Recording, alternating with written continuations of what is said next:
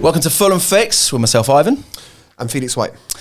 This guy, this legend. We're just talking about it in the studio now, and it's all coming back. But like a guy, we do this so much, with a lot of the players. But a guy that typifies like what it was to play for Fulham, but also such a big presence, such a just dominating figure. Yeah, and one that is so resoundingly loved by everyone at Fulham. Yeah, I don't think there's a more important name in the modern history of Fulham Football Club really than Chris Coleman. No. And James was saying just before it's on, we're remembering meeting him for this record that's happened this sort of month previous, and summed it up really well, just saying when he got out of the car, he looked so imposing and big and a presence, and he makes you kind of feel small, but also he's got an unbelievable warmth and almost like tenderness to him as well. Yeah. So you can see what made him such a great leader on the pitch and off the pitch later. Yeah. And I mean, we'll get into it all, so we'll save it for Chris to say, but the really fascinating thing about Chris and Fulham is that he came as a player at his peak.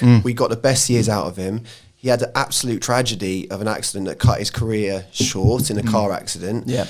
The club helped him rehabilitate, emotionally and physically. Yeah. And in a very short period of time, without any experience, ends up an incredibly successful manager of Fulham Football Club in the Premier League, which Al Fayed had the faith in him to give him. And at one point, he's fifth at Christmas, all those kind of things. Yeah. And that bequeaths Chris's career.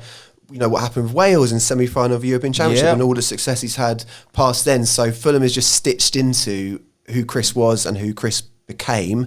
And we could have talked for about 8 hours with him, really, couldn't we? Yeah, without a doubt. And he just takes us right back. And there's so many little tidbits he said.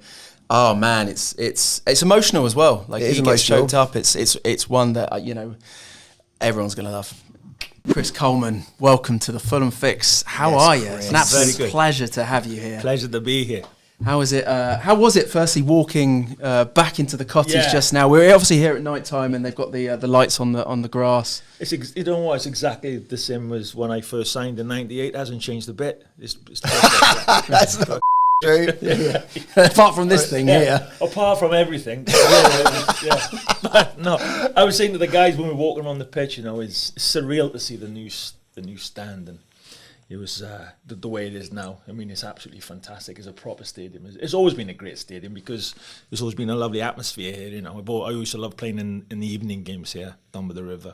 Great atmosphere. But now it's gone to a new level there with what they've done.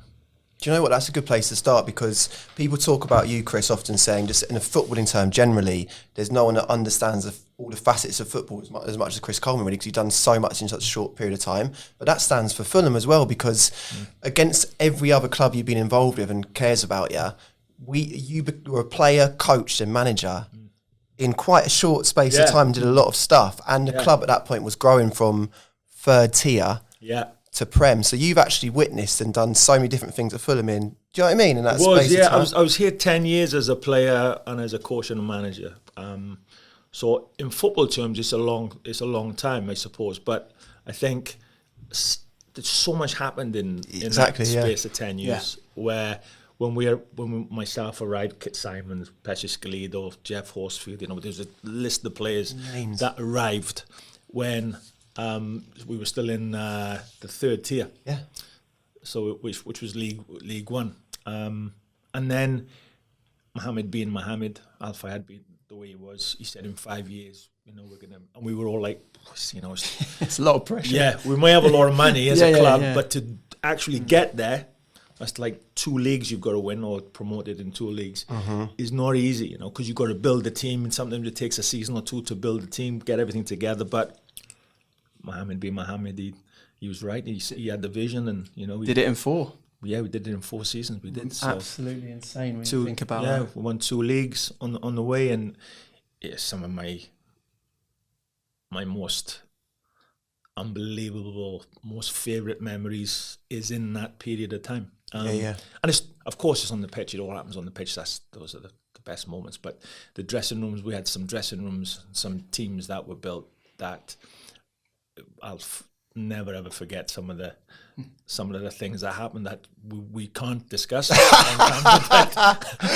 Well, we could, but I'd probably have to leave the country on 1 or 2 others. But amazing time, amazing atmosphere. And it's not just when we arrived in the Premier League. I'm talking about when we were League One.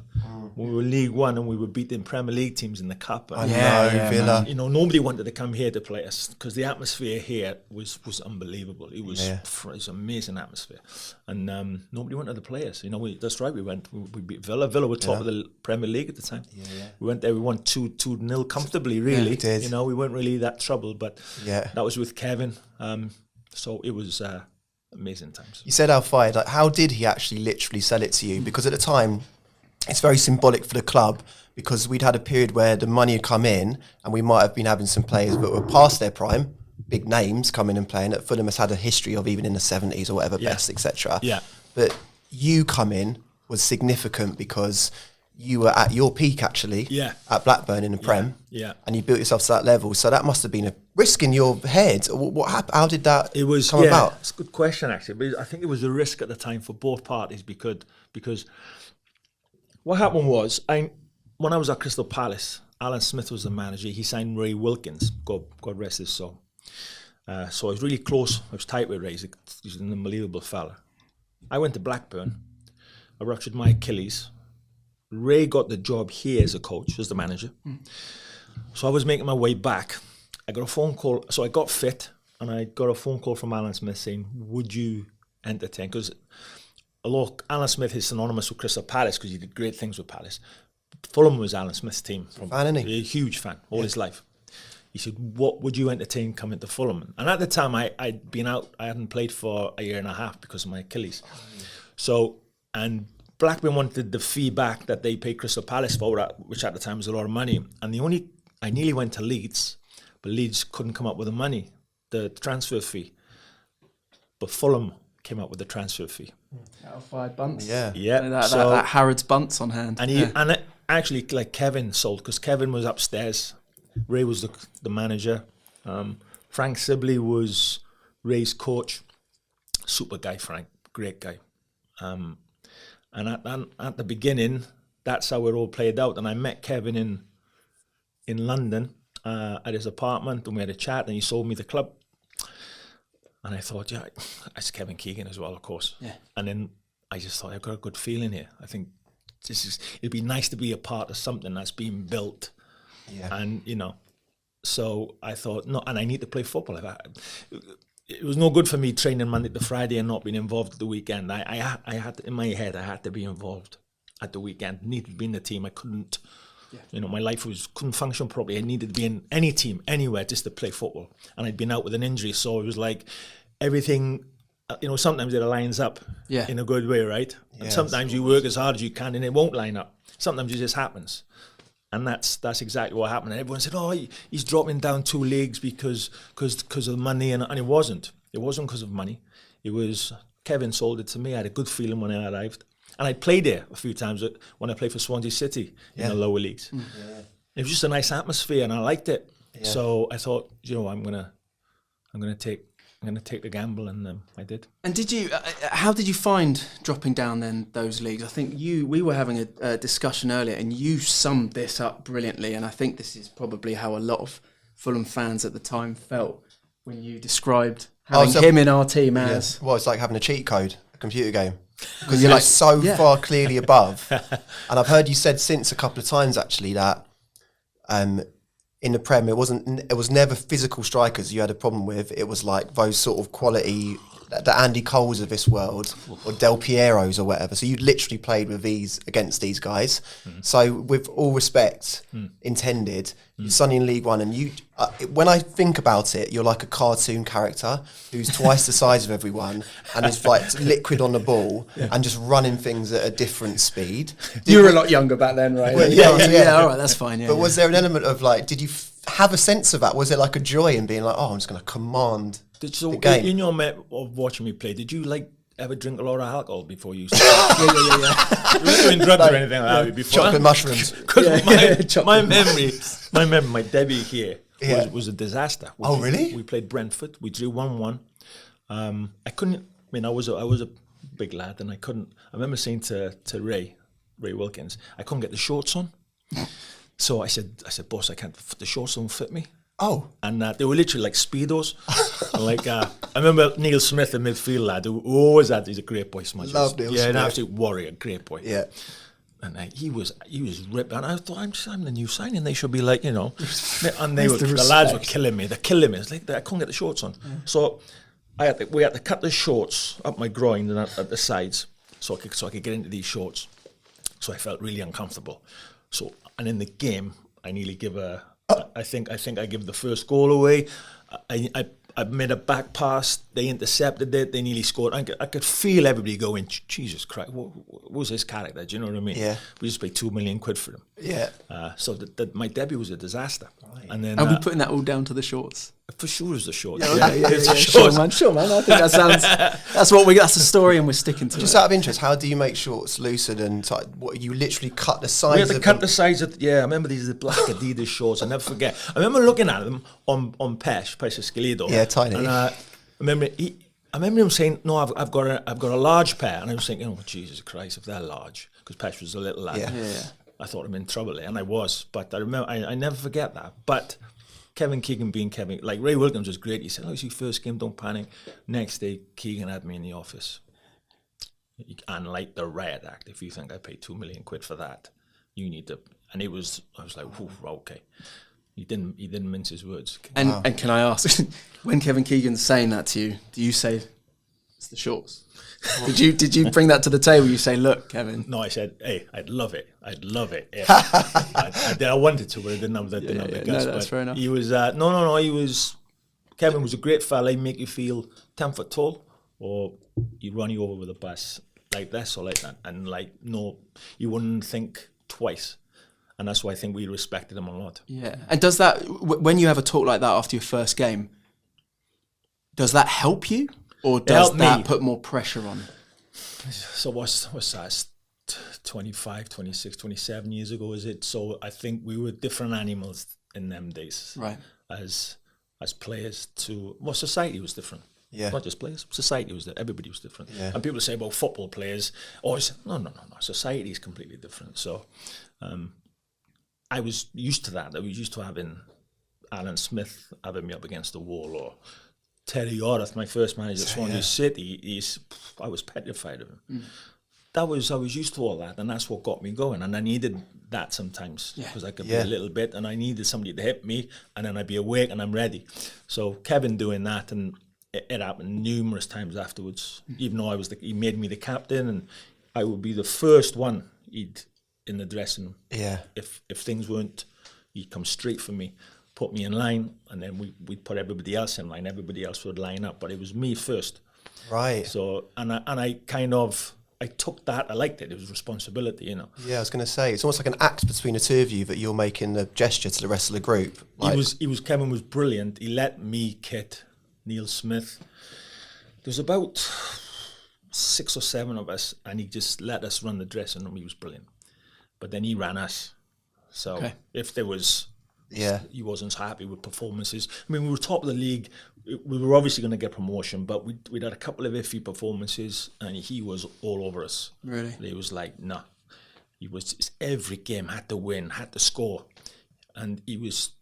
I know if you see Kevin from a distance, you watch him on TV, or he's a very nice character. He's a great lad, he's a great fella. You know, he is bubbly and funny.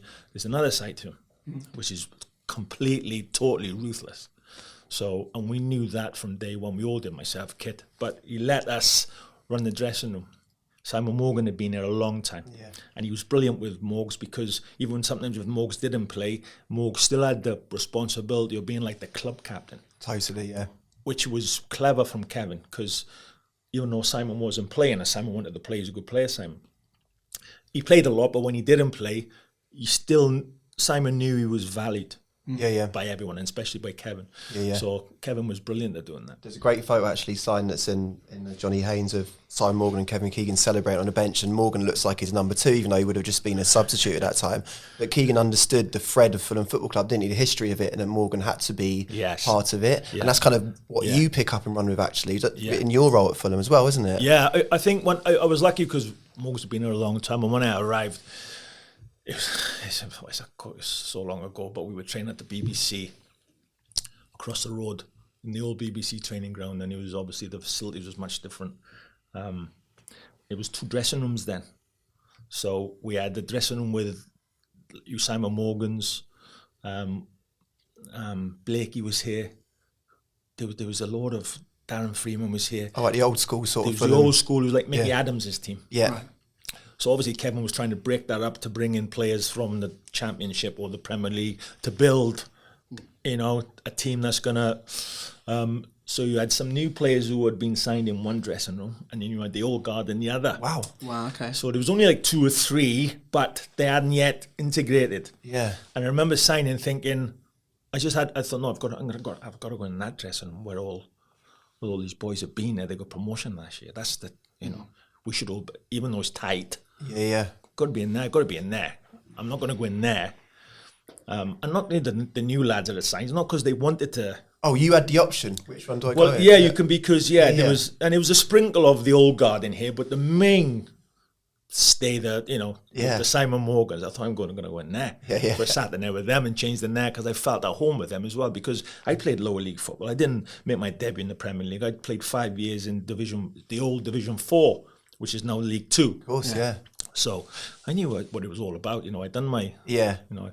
So I just remember immediately connecting with all of them because they were a good bunch, They were, they were a good crowd. And to break that spell of like, I'm not a foreign footballer that's come in and just walked in. No, and, yeah, do you know it what I was mean? exactly. I'm not above being here. I'm lucky to be here because Fulham took a chance on me, and I was so excited to be here because I felt sometimes you get that feeling something's going to happen here. It's going to be good. Yeah. I didn't know whether we would or we wouldn't end up. I thought we would end up in the Premier League, but maybe not in my time because I think I was 27, 28, and I kind of thought it'd take a bit longer. Yeah. I think we all did, right? Well, Probably, probably everybody thought Yeah. we could do it because Mohammed had a lot of money, he was Yeah. willing to invest. But the way it happened, so I was just unbelievable. Yeah, it was incredible. Yeah. Talking of a unified dressing room, was it a unified dressing room that Michael Jackson walks into? Because I remember that still so clearly. I do. Yeah. One of the most mental experiences of my life. Because I would have been we all 13 thought or it was a 14. lookalike. I swear we all thought it was a lookalike. We did. Yeah. We thought it was a ringer. Yeah. And he'd walked into the dressing room before the game, After the game. after the game. Because there was rumour, because it was every week Mohammed was bringing someone, right? Yeah, because he brought actors. He brought Tony Tony Curtis, Curtis. yeah. And so he's like, and then some said, "Oh, Michael Jackson." I was like, "Don't be, can't be Michael. It's not going to be Michael Jackson. It'd be a ringer, But Yeah. we won. He came in after the game. Michael Jackson. Because We're all in there with our towels on, and Kevin says, "Lads, The King of Pop's just outside. well, he just said the chairman's coming in, yeah. so make sure you're decent." And he's coming in with a guest, and someone says, "Michael Jackson." Like, shut up, Michael Jackson. It's going to be Michael Jackson at the cottage, Tony Curtis is one thing, but Michael Jackson. Yeah. And he came in, and he's like, I'm like, no, that's him. Yeah, that's him. And he was like, I remember his feet he had massive feet, right? And I remember thinking, that's why he does that. Is it? When he leans forward. Sorry. He was size It was actually 15. He had physical. massive feet. Size 15 Well, he looked feet? 15. I don't know if they were, but to me they looked. And I was like, wow. And it was him.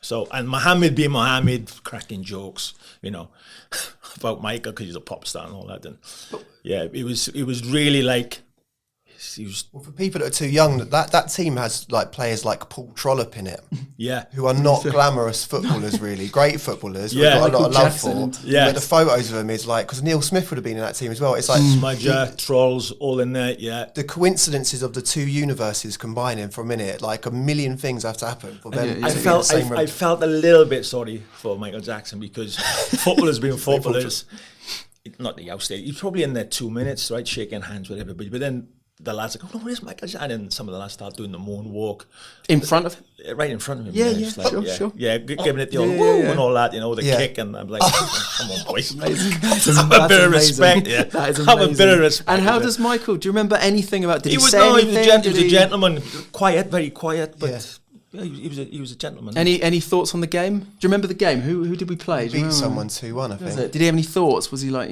great performance? I think I think we were all like so surprised it was Michael Jackson. yeah, we all were. Yeah. Yeah. So I remember watching the news that night as well, going, "Oh, it was actually Michael Jackson, Yeah. not a lookalike." Yeah. That was some bizarre times. It was, well, remember the statue? Oh yeah, do we remember? The statue looked more like Michael Jackson than Michael Jackson. I swear it was like, is it Michael Jackson? Yeah. And that statue wasn't great, was it? Was he face covered in the dressing room? Yeah, he came in with the face. Yeah, Jackson than he did. And I was looking at because the statue had one big hand and one small hand. Yeah. If you remember, Yeah, it's the most mental. It was mental, yeah, but it was a surreal experience, yeah. But he was a gentleman. Mohammed being Mohammed was anything could happen. It's a mad time because in that same year or maybe the year before, we're away at Lee RMI in like a cup replay. That's Do it, you know what I yeah. mean? So all Yeah. the kind of things happening, Yes. the collision of what new Fulham's going to be and old Fulham is all happening. That's right, all yeah. at the same time. It was exciting, wasn't it? Really, really exciting. It was exciting, yeah. And talking about exciting, when Tigana comes in, Yeah. because I think for everyone that saw it, that's the definitive in terms of like liquid football. Yeah. Well, yeah. I don't think I've ever seen better football than our teams dominate. I've never been involved with a team that played like that. Really? Yeah. Because the thing that I've heard you say, which is fascinating, and I've never heard elsewhere, is that Tigana would participate in the training sessions and best be player. above and beyond. Best player. He was the best player in training. He was the best player. Really? So he was still... He's, guy. then you talk about the silk and the fluidity. Every pass, I can't remember him giving the ball away. We couldn't get anywhere near him to tackle him. He was always in space. It was as if he had eyes in the front, eyes in the back, and he was like silk. He was absolutely amazing. And of course, then he never had to say anything because as soon as, if you're a player, we're all, as players, play for Kenny Dalglish at Blackburn, Steve Coppell at Terry Orth was like a hero of mine, Welsh hero, Leeds, Tottenham.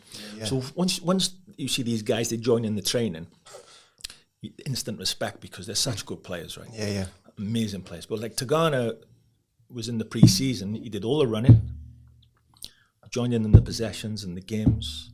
He never raised his voice because he didn't have to.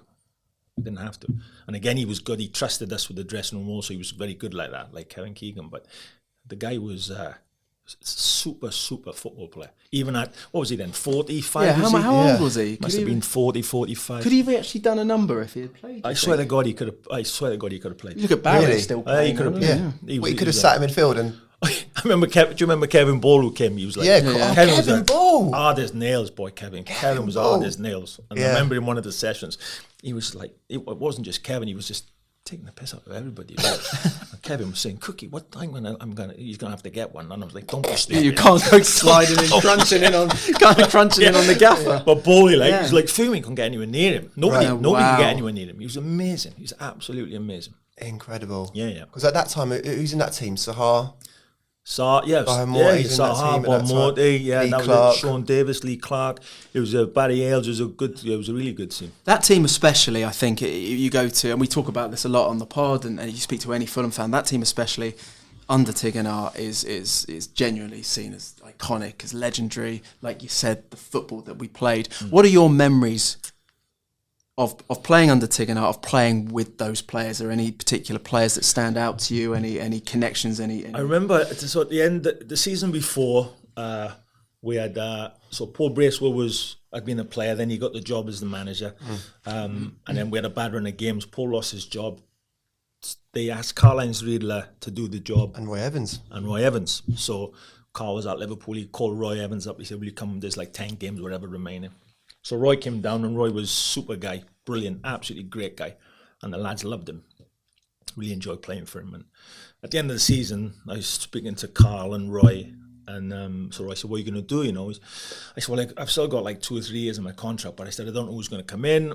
And I've heard it's going to be Jean Tigana, a French guy. And apparently his training regime is brutal. I'm like, Karl-Heinz Riedler. I was having dinner with Carl in Wimbledon. And he said, I don't think it'll be for you and me, Cookie, because, And I was like, because I was really old school, I was, I used to play hard, but I partied hard as well. And we all did in them days. I thought this new regime, training twice a day, that's not me, Lee Clark, Andy Melville, Kit Simons. We're going to last 2 minutes, because we're not used to that. Yeah. So anyway, Jean comes in, and the second day he calls me in the office. He says, give me 3 or 4 weeks, Chris. He said, give me 3 or 4 weeks, through his interpreter, because he couldn't speak English at the time. He said, give me 3 or 4 weeks, because I said, look, I'm worried. I don't think me and you are going to match the way I am, the way you. I said, got total respect for you. I said, but I don't think it's gonna work because of my character and the way you want to play and train. He said, give me 3 or 4 weeks, and if you don't like it, he said, I'm speaking to some clubs, but we don't want to sell you. But give me 3 or 4 weeks pre-season, and if you don't like it, he said, we'll sell you. I said, okay, fair enough, And I remember after the first week thinking, wow, because everything we did was completely different to in our experience before. In every pre-season, them days you just got hit every day, run till you vomiting and cramp, and it was disaster. 6 weeks was horrendous, right? This guy, it was every last detail was measured.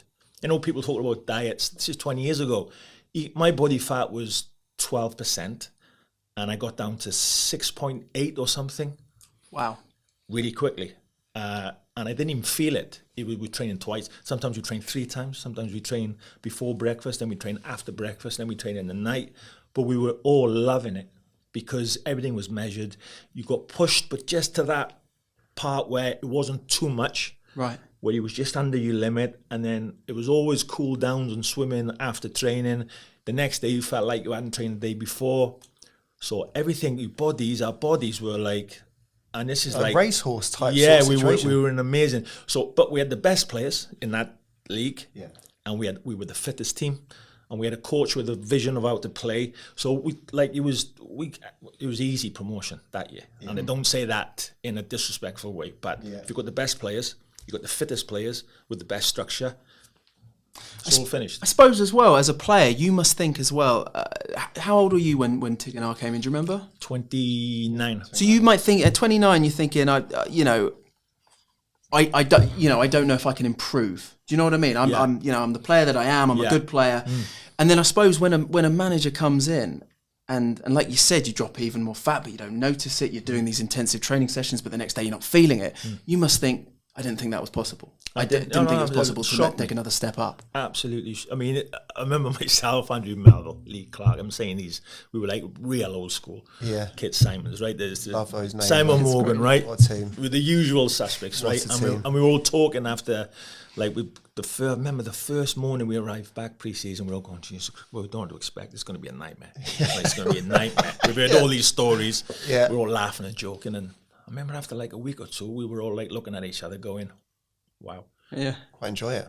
I could see another set of abs there, Kit. Oh, yeah, it was amazing. Yeah. There, mate. It's like, that's what they yeah, are. Yeah, look at this. Yeah. Can fit into Punch shorts. me in the stomach. Yeah. It was nice. So what's interesting to me though is that you're going to be a Fulham you're going to be a Fulham manager in a few years' time, unbeknownst to you.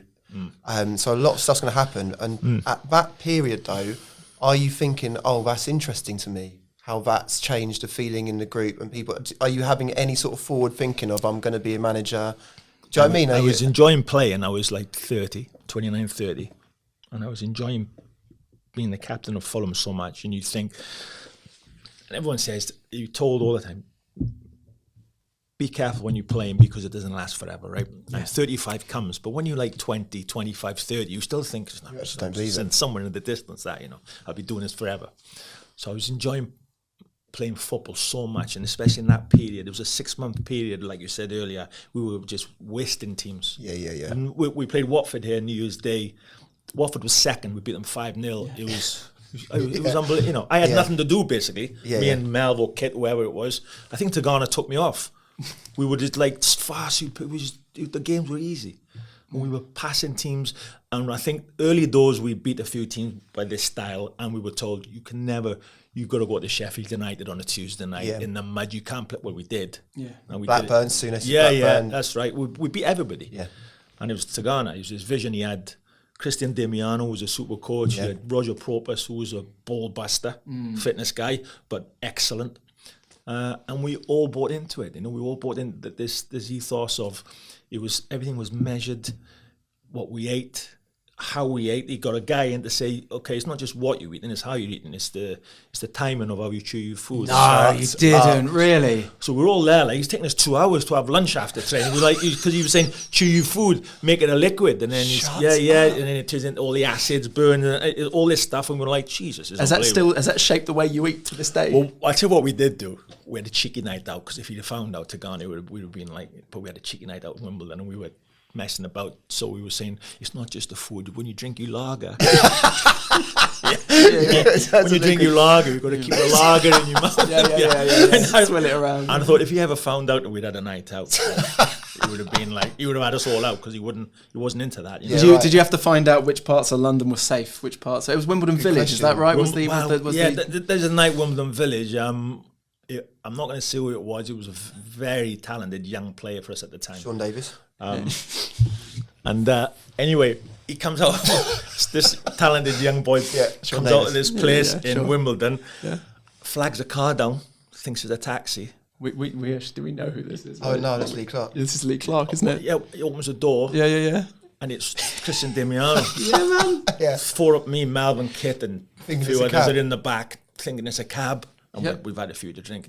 And we've been like, Christian Damiano, yeah. What's great is we've chatted to Lee Clark, and that's going to be coming out soon. And he was kind enough not to name check anyone that was in the car. He was like, I can't say the names. I never said it was in the car. I only said it was in the building. Oh right! Oh, in the Okay. back. I think you meant in the back seat. Oh, No, right, okay. no. Right. Okay. No, but yeah, I can say Melvin, Kit, because they'll that's get fine, man, tarnished yeah. with it anyway. You know? Yeah, no, it's fine. Yeah. I think we might have even said those names anyway when he said, I won't say anything. And we were like, oh, we reckon, whatever. But, oh man, that's extraordinary. Yeah. Extraordinary times. And what about, the group of players that started coming in, what was it like, any ones that sort of really stand out when you're like, Saha was just a level above anything I'd ever seen. He come in his first in training. He was about 6 foot, probably 5'10", 11, 6 foot. But his power and his strength and his speed over 10, you think burst of speed was. And I remember Jean, every 2 days before the game, Jean used to like to have. I had like a throw-head catch game like he did, just for us to get movements and that. Mm-hmm. But like Saha was just he jumped so high, he'd like take things on. We'd be trying to head it, and he'd be taking it on his chest. And he's not the biggest of guys, but his athleticism was his power. He was an unbelievable. I used to play against him. I used to when I got older, because of my experience at centre, I've all centre halves. You learn it. You so strikers sometimes take one step forward, and you don't take the bait because you think they're going to spin behind. Some strikers take 2 steps and you don't take the bait. Louis used to do like 3 or 4 because you're thinking, all right, he's gonna. And as soon as you take a step forward, he was gone. Wow. And there was no catching him. He was amazing. He had a period 4 or 5 years with us and then United where he was unplayable. He was an incredible player. Well, when you say that, sorry, I've never thought about that before. So the centre back almost like sleepwalk out with a striker type thing. You see a striker takes a look over his shoulder and he'll take a step forward, but you don't take that because you know he's going to spin back. And Andy Cole used to do it 2 or 3. He'd take 2 or 3 steps and still go because he's quick enough to get on the other end of you. But I've never seen someone like Saar take 3 or 4 and then still go. Because he was so explosive. He was super. I sort of want to fast forward a little bit because you end up being in charge of Sahar. And we're 4th at Christmas, all kinds of insane stuff happens. But firstly, in that period, because you spend 6 months playing in Tigana's team and then the car crash happens. Right? And that's a huge life moment for everyone, because my memory is as a teenager, hearing that, seeing you walk out of the tunnel on the crutches. Yeah, that's right. Yeah. And it being a really cinematic moment, because I think we were playing United in the Cup. We were, yeah. And you didn't know what your future was going to be at that time. Well, the whole thing with the United game, we played away. It's funny, my first game for Swansea City in 1987, away to Stockport. League, it was Division 4, League 2 now, away to Stockport. My last ever game was for Fulham, away to Stockport. Wow. Yeah, same stadium. Wow. Yeah, it's amazing how football has this thing where it lines things up. But and I got a kick. I played. We lost 2-1. It was a big surprise. We lost 2-1, and I got a whack on the ankle. Next day I came in to see the phys, and he's like, "You're not going to make next week again." And we were playing like Roy Keane, Van Nistelrooy, and I was like, "We'd been talking about this game. We thought we had a chance because we had so much confidence. Although they were a great team, United." He said, you're not going to make it. I said, no. I said, just put an injection in. He said, no, it's not. I can't inject it. I can't. There's nothing you can do for 2 or 3 weeks with it. And I was raging because I was going to miss the game. And that night I had a car crash. And that was the end, basically. That was the end of it. But I remember coming here. I remember that day with my crutches. And I think of all my memories as a player or the manager, it was that moment, is in that time when I was like so low depth of despair because I thought my career was going to be done. All I wanted to do was play football. I was only 30. I was in my prime, you know, and it was my own fault. I took it away from myself in the end. But the Fulham fans and the people around the club, I'll never forget the response that basically carried me through.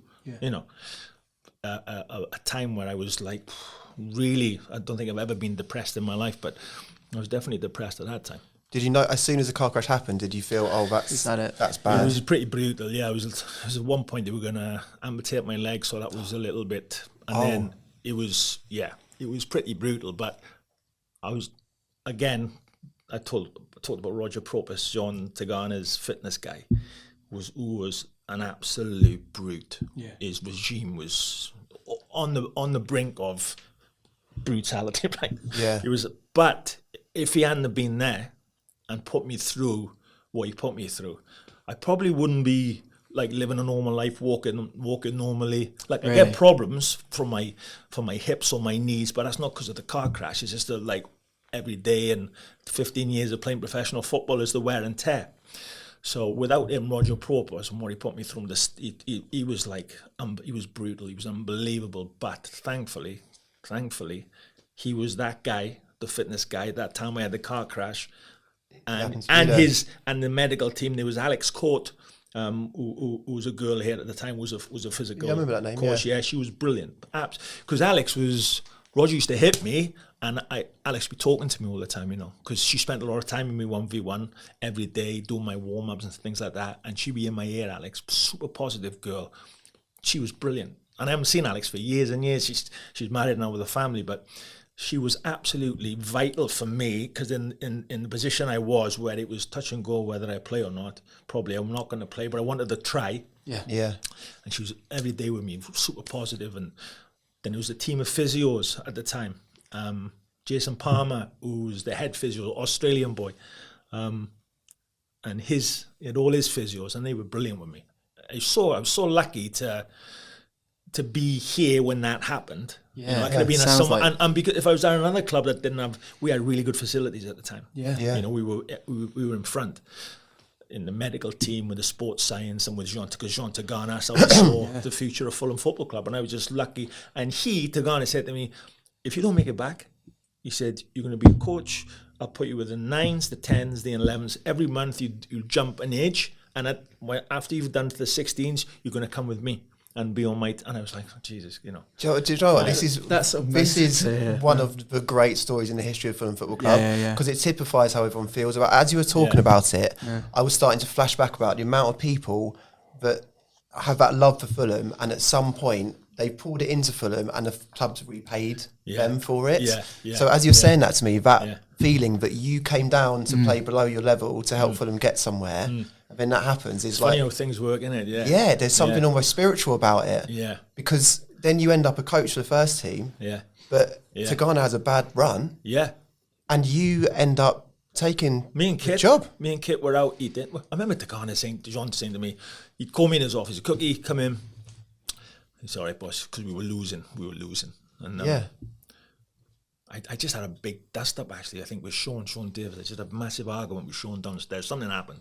Anyway, Jean called me upstairs. He says, look, don't get hung up with it. He said, just be yourself. But he said, I don't know if I'm going to be here maybe the next 2 or 5 games. And I said, don't be stupid, Gaffer. The lads, I said, we've got a lot of new players. The fans are with you because of what you've done. You got us promoted. You're building the team. I said, and he's like, no. He said, I'm fighting with the chairman. He said, there's other things happening off the pitch. He said, there was a lot going on. Anyway, me and Kit are out having dinner. My phone goes, and it was, who was it? Was it Michael Fiddy? Or it was someone else, or one of the board members called me up and said, Chris, Jean's going to lose his job. there's 5, and we were struggling. We were like, right, I think we were 4th from bottom. Yeah, we were. Yeah. He says, there's 5 games. Will you take it? And I was like, oh, Jesus Christ. I said, probably I would. He said, okay. I said, does Jean know? Before he said, yeah, we've spoke to Jean, but it won't come out in the press till tomorrow, so keep it quiet. But we've already spoke to Jean. I said, okay. So well, look, I'm going to call him now. I said, I've got to call him. And he said, well, best you've done. I said, no, I have to call him up. You know, I can't not call him up. So I called him up, and I said, look, they've told me you've lost your job, and they've asked me to take it for 5 games. And if you tell me don't do it, I said, I won't do it. Because he'd done so much for me, you know. And he was like, no, do it. Because he was the guy that said to me, you can be a manager one day. And I thought, the career I'd had and the way I'd been in dressing rooms and how I lived my life, I never even thought about being a manager. It was like proper one of the, right in the middle with all the lads, and, you know, I loved all that life. I never thought about being a manager. He's the one that put it in my head. One day you can be a manager. He's the one that told me, you know. He's the one that made me believe when I thought my career was finished. I didn't know what I was going to do. He opened the door and he said, "This is the path for you." It was him. It was him, Jean Tigana. Yeah. So I called him up. You couldn't love him anymore. It's a film. Yeah. It's an unbelievable film. I wouldn't have been a manager if I hadn't have crossed paths with Jean Tigana. And the other interesting thing is that obviously you have that run where you get 10 points out of the last 5 games, keep us up quite comfortably. Yeah. But actually, looking back on it now, it's a very astute decision on Alfai's part, because there's no reason he should have given you that job because you were part of the club. And it turns out, obviously, incredibly successful period of time, end up being semi-finalists in the European tournament, all that with Wales, that kind of thing. So it's like actually very astute of him. Yeah. But I'm not sure if anyone else in the Prem would have given you that job. No chance. Absolutely no chance. What did Alfai say? Do you remember? Did you have any one-to-one in that time, or were you not speaking to him? Yeah, no, in those 5 games, as soon as the next day come out, Jean lost his job. I took the training session at Muswell Park, and then I was called to the chairman's office in Harrods. Went to see him. He said, 5 games, we probably need to win 1 or 2. He said, it's on your shoulders. Cheers. I said, thanks. He said, win the first 2, and then we're okay. You can relax. He said, and then he said, we'll speak at the end of the season. And I obviously I think he's thinking of, because I'd been at the club for 5 years, and what manager he's going to want to bring in, what my part is, because he said he wants to keep me at the club. So that was all, you know. But then I remember we beat Charlton in those 5 games. The last game away we won. We were already safe. We'd beaten Everton home the week before. We were safe. The last game away to Charlton, we win 1-0. I think Saha scores or someone scored. Yeah. Does that relegate them? No, they were okay. They're right. Yeah, it's Curbishley. Yeah, they were okay. Yeah. So and then I got the call the next day. I was in my kitchen having a cup of coffee in the morning. Mohammed, and he was talking to me. He's like, "No, you know, it's as if." I was thinking, he's talking as if, but he hasn't said to me, "You're the manager." He was talking to me, but he's about what we're gonna do and what, you know. And I was like, I'm like, so am I the manager? Or I didn't, you know. And then Mohammed said, come to the office tomorrow, and I said, right, okay. I remember saying, I come off the phone and remember saying, I think I'm the manager. I can't tell. I'm not sure. Yeah. We're gonna have to clear it up a little saying bit. That thing, yeah. But yeah, that was it. That's how it happened. Yeah. And do you take, so obviously, you know, you experience under a few managers with Fulham in your playing day, but do you take a lot of what you learnt from Tigana and just keep it going? Most. How Christian Damiano planned his training sessions. Really? The tempo, the duration, the distances. I changed the style of play because I felt the way it was, we needed to become rather than being seen Fulham, the team that was the protagonist, go and try to win the games and play this lovely football. I thought, I'm not sure we're good enough team to carry that through. Yeah. So I changed us from that to I played counter-attack. I played 4-5-1 basically. Yeah, I played counter-attack. That's interesting because I remembered it as 4-3-3. We were saying. Well, we used to say 4-3-3, yeah, in because we had Bamote and Malbronk, and they were soft. They could get up and back, you see, so quickly. Yeah. With Clarkey playing behind Louis or Barry, and we just had really good players that could play that. And rather than, I remember saying to the lads, rather than us being seen as this lovely Fulham team that are going to play people off the park, I said, let's defend deeper. And I said to Alan Gormer and Andrew Mount, I said, don't care how deep you go. when you go deep, you've got to bring the midfield players with you. When we leave, the opponents have it. I said, and if we draw 0-0, we'll draw 0-0, and I'll take all the heat because we're not playing this lovely football, but we'll end up winning 1-0 a lot. And they did it. But it helps when you got Edwin van der Sar in goal, you know. Yeah. Of course. And we had Mike Taylor as a number. Mike Taylor was a great goalkeeper. Who was a number 2. We had some really good players, really good players, and we got a real good camaraderie in the end. I think Steve Marley went early to Marseille on loan, but so the players we had there wanted to be there. You know, the real part of it, and that season we were really good. And how did you find from going from a teammate and you know, a lad, I suppose, you know, to a manager? Fascinating, isn't it? That's quite hard. Because the personnel would have been the same players that you were mates with. They were great, because also now with Clarkey, Melv, Kit had gone to Palace, I think. Yeah, he had. So it was Clarkey, Melv, and Sean and Baddy. The main ones that my crew, if you like. Yeah, sure. I was a part of their crew. We were all in it together. Again, it was lucky for me that it was there. They knew, okay, now he's doing that. He's doing that now, so we're not gonna expect him to be here with us. Yeah. But I tried also to be as open with him as I could, rather than, because I'm not that type of walking around like the headmaster. You know, I don't work like that. Yeah. I like to see people's personalities. I like to have a laugh and a joke. I don't believe in that, you know, that straight. Yeah, that's just not my personality. They knew that, so I thought, I'm not going to try and be something. They know I'm going to be pretending and acting, and then I'm going to lose them anyway. Yeah. So we just tried to be myself, and I knew what they were doing, getting up to, because I'd always the blind eye. Yeah. But no, it worked. They were great. They did a great job. I want to do this for hours, but you got to go at 7. We haven't got much longer. I think a couple more things to touch on. Yeah, go on. I've got 100 million questions. Well, I was just going to say, you know, you talk about how it worked. I mean, you know, let's talk about the first full season in charge, and by Christmas you're 4th in the table. I mean, firstly, how does that feel to get off? You know, the I remember when we were 4th, and I kept saying to Keane, or Steve Keane, and Dave Besson, who were my like inner sanctum, if you like. What we are we doing? This right? So we need 2 more wins and we're safe. And they were going, "What are you talking about? 2 more wins and safe? We're 4th." I said, "I don't care." I said, "Don't care." That was the remit at the start. That's 40 points, Premier League football next year. I said, I don't care. Let's get there as quick as we can. And I never thought about 4th, Europe or anything, until we got the call about Louis. Because all I was thinking, 40 points, Premier League football for Fulham, and then I've paid them back a little bit of what they've given me. Sure. Phone call, Saha, Man United. I was like, oh. And Sir Alex called me directly. Did he? Yeah. And he was telling me what a good job I'd been doing for Fulham, you know, and what a good leader I was as a captain. You're doing a great job for Fulham. And I was thinking, God, this guy's a really nice guy, you know. He's rubbing me up, ready. We're about to nick your best striker. I got up, I was like jelly when I got up.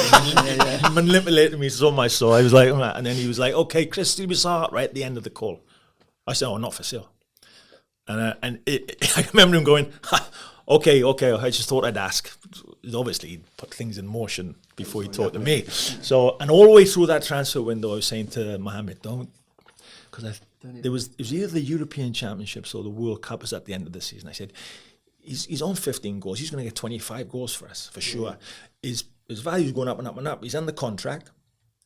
I said, he's going to get in the French squad. Yeah. His value be I said, and for sure, we'll make it into Europe. And I remember saying it because I was desperate to keep Louis. Yeah, it's true though. Yeah. And Mohammed said, Chris, and I came out in the media and said, over my dead body. Because Mohammed said to me, Chris, over my dead body, we're going to sell. You thought that's the confidence I need. I remember I was like cold keen. I said, he's not going anywhere, he's here. Sahar came to see me, he says, oh, Cookie, don't say over your dead body. I could end up going to Man United. You're going to stop me going. I said, look, I know you want to go to Man United. It's Man United, okay? I said, but I think it'll be at the end of the season, Louis. I said, it's not going to happen now. I said, I'm not selling you now. And I remember Louis' face, he was looking at me, because I was really close with him. I love Louis. He was looking at me as if he knew something and I didn't. I remember when he walked out of the dressing room, of my office. I remember thinking, he accepted that far too easily. No. And it was the last day. In the morning I spoke to Mohammed, he said, "Oh," he used to call me son. Son, I'm on my boat. I'm in Monaco. I'm on my boat. Blah blah blah blah blah. And I said, "Oh, it's brilliant. We haven't sold Louis, boss." I said, "It's a great decision." And that afternoon, I got the phone call. "Son, I'm sorry. We've had to sell him. It's 13 million or whatever it was. I've had to sell him." And it was right at the last knock. Yeah, man. Yeah. And do you think if we'd had him for the whole season, we could have done you? I think we Oh, were in yeah. top 6. Yeah, we Still finished finished 9th. ninth? Yeah, I think we would have finished top 6. Yeah. Yeah. Chris, you got to run because you got to do. But last thing I want to ask you, you've been at a lot of beautiful clubs that you got a strong bond with. Is the Fulham one different anyway? And what separates Fulham from other clubs, do you think, in your Well, mind? the Fulham one is different because I spent more time with Fulham than anywhere else. I experienced a run. I experienced the moments with one football club what I've never experienced there. I've been promoted with Palace and with Swansea, but what we did with Fulham, we climbed the divisions. And I think it is unique. Everybody talks about the cottage, you know. I remember playing here, like I said, for Swansea, and I played for Palace here and a few friendlies. There was always a unique atmosphere here. But then when I came to join the family, and the way I was welcomed into the family, and then we experienced that run. And it's not just so much, that's what happened to me with my career ended and how I was treated. So that's why it's different. And that's why the bond is so strong. And that's why I'll be coming back here in 20 years. Hopefully, I'm still here. We're all still here, but I'll never stop coming back to Fulham. I always look for the results because they were so good to me when I needed somebody to be good to me. Yeah. You know. So Ian Dow used to say to me when we were kids, we were young at the time. He used to say, "Be good to people on the way up, and they'll be good to you on the way down." And Fulham were really good to me when I was it was the lowest point, and Fulham looked after me. Oh man, that's lovely. Gargantuan figure in Fulham history, man. Without a doubt. Legend, Chris. Thank you, mate. Thank you. But just before you go, one last thing. Are you in touch with Steve Malbronk at all? No, I don't even know is he back in France? No one knows. No, give up. No. That was going to be, No. Have you asked Louis? We can't find him. No one Said can don't find bother trying to Steve. find him. Yeah, you won't get him. Really? We're trying to get him. And we're like anyone that's Oh, no. known him, played with him, But managed Steve was like, he was quite a quiet boy, Steve. He was a quiet character. He's a nice boy. He was quiet character. He's a different character. But the last time I think he was in Saint Etienne, the last time yeah. Search goes on. Search continues. Chris Coleman there. I mean, what a guy. Just unbelievable. So many incredible moments in that interview. It's like everything you want as a Fulham fan, someone that's open and honest, and, you know, you worry about, especially talking about things like for example, the accident, and then, you know, going into management and you know, replacing Tigana, stuff like that. You worry that you can't go too deep because it might be a sensitive subject or whatever. But no, he went for it. He was open. He was honest, and loved it. And lovely insight into the handover there that Tigana had sort of seen in Chris before he saw it in himself, that he'd make a great manager. And then when he was leaving, sort of said to him, no, that you should do that type of thing. So it's like really a emotionally beautiful sort of moment in the past over there, which I don't think you probably get that much in football, where it's really cutthroat, isn't it, these days? And Definitely. people clinging on to jobs and kind of stopping people from getting their positions and that kind of thing. The other interesting thing, I got him to sign my plectrum at the end, and he said, "Oh, I play guitar." But he said, like, I play picking style guitar. And I thought, oh, right, you're just learning. He's like, no, I think he said something like 20, 30 years he's been playing guitar. This might have just been a you and him And he conversation. it was I remember it was this. after we Yeah. recorded, but he gestured like hands picking. I thought, oh, can he finger pick guitar? Yeah. So that's something that I've never heard about. If Chris anyone Coleman. knows, maybe he needs to set up a little YouTube channel. I'm Chris Coleman, and this is, you know, do some Well, covers, I mate. think- I His mean- Stairway to Heaven. If you're doing something for that long, you will be relatively good at it. Yeah. So he's not going to be like, I picked up guitar for the first time. So if you heard Chris Coleman playing guitar, it probably will be of a... I wonder if standard. anyone from that team, that era, remembers, like, if they, you know, him playing guitar. That's a great question. Yeah, or like if anyone's heard Chris Coleman playing guitar, Chris Coleman, if you can send us a video of yourself playing guitar. When he did that, because you'll know as a musician, when he went, yeah, I do picking, did it look right? Well, that's what I mean. When he did his fingers, it was like, it felt like, they're functioning, those fingers. Like they're good magic fingers. Yeah, it wasn't a simulation of someone that plays guitar. It was like, those fingers are moving the way. It's not like me where you go air guitar and it's just kind of strumming. Yeah, exactly. Yeah. I don't know where it's going. Well, actually, that was looks quite good, doesn't it? Yeah. I've been practicing. But anyway, interesting. And in my head, he sort of plays. In my head, if I sat down and Chris Coleman was to play me guitar, it would be like a sort of spaghetti western Tarantino film. Do you know what I mean? Yeah. Okay. Yeah. That's what I'm imagining. Yeah. Can you hum that for me? Because I can't hit a spaghetti west like a. Go on. No, you know, like spaghetti western, or whatever. It's kind of like a very all atmospheric, that kind of stuff. Oh, okay. Yeah. Oh, I see. But I'll leave that for Chris next time he's on, and I'll bring him a guitar. Yeah, man. Yeah. Awesome.